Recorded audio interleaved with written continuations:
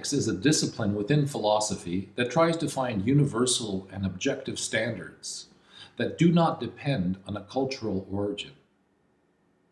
Ethical relativism is the view that holds that ethics is relative to the norms of one's culture. Whether something is right or wrong depends on the norms of the society you live in, according to this theory. The same action may be ethical in one society, but wrong in another. Ethical relativism is the doctrine that there are no absolutes in ethics. What is morally right or wrong varies from culture to culture. Consider the two examples from Rachel's famous article on ethical relativism. The Colossians ate their dead according to the rules of their culture. The Greeks burned their dead according to the rules of their culture. Ethical relativism says that both of the previously described actions are correct.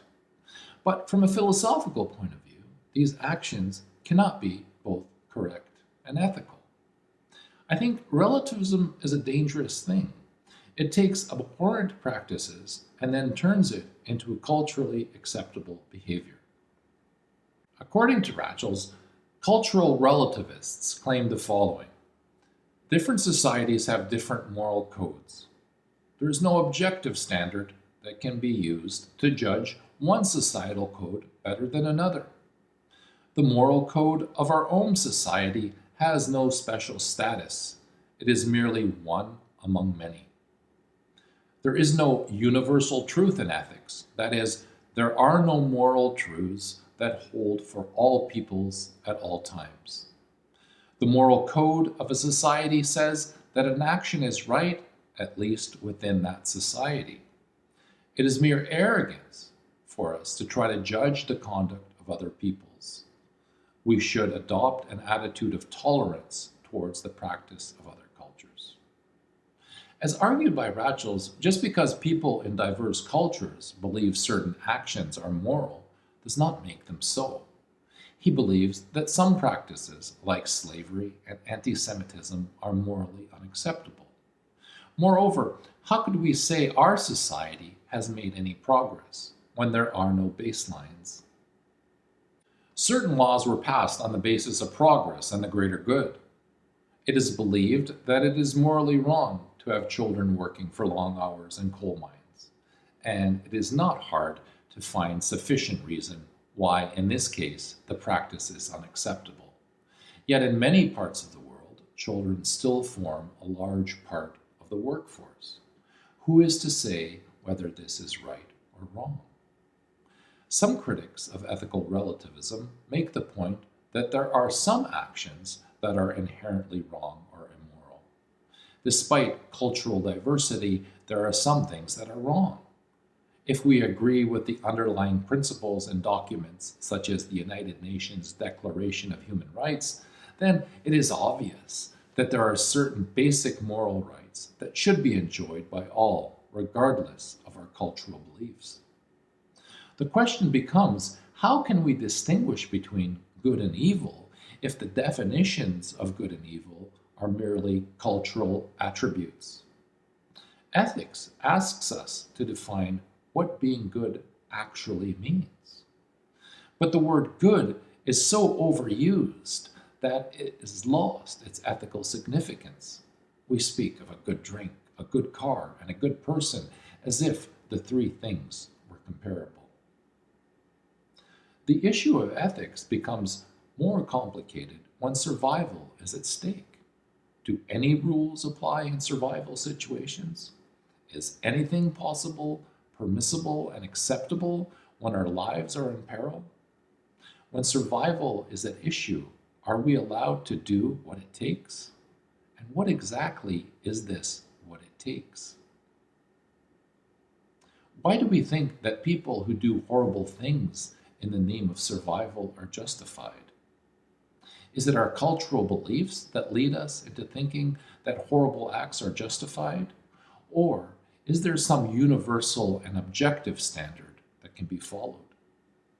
Is it the case that when we are faced with survival, ethical rules no longer apply? The fact remains that we do not know how we will respond during a crisis situation. I never thought in my lifetime that I would see the toilet paper aisle and the cleaning product aisle and the canned good aisle and my local grocery store fully emptied during the first few weeks of the COVID crisis. In the Republic, written some 2,400 years ago, Plato tells the story of the ring of Gyges. Gyges was a shepherd who found a dead man lying in a cave wearing nothing but a ring of gold. While playing with the ring, he discovered that by turning the signet of the ring inwards, he became invisible. Turning it back, he became visible again. Gyges suddenly had dreams of unlimited power. Soon he was appointed an emissary to the king. When he arrived in the capital, he seduced the queen, got her help in murdering the king, and became king himself. Plato asks us to consider what we would do with such a ring. Would we not take advantage of such power to serve our own selfish needs, or would we help others? Are we good only because we're being watched? If we weren't under constant surveillance, would we act differently? Plato's point is that most of us are good because we are forced to be good. Is this the case? Imagine for a moment that you were in possession of such a ring. How would you use it? If you had a perfect guarantee that you would never be caught or punished, what would you do?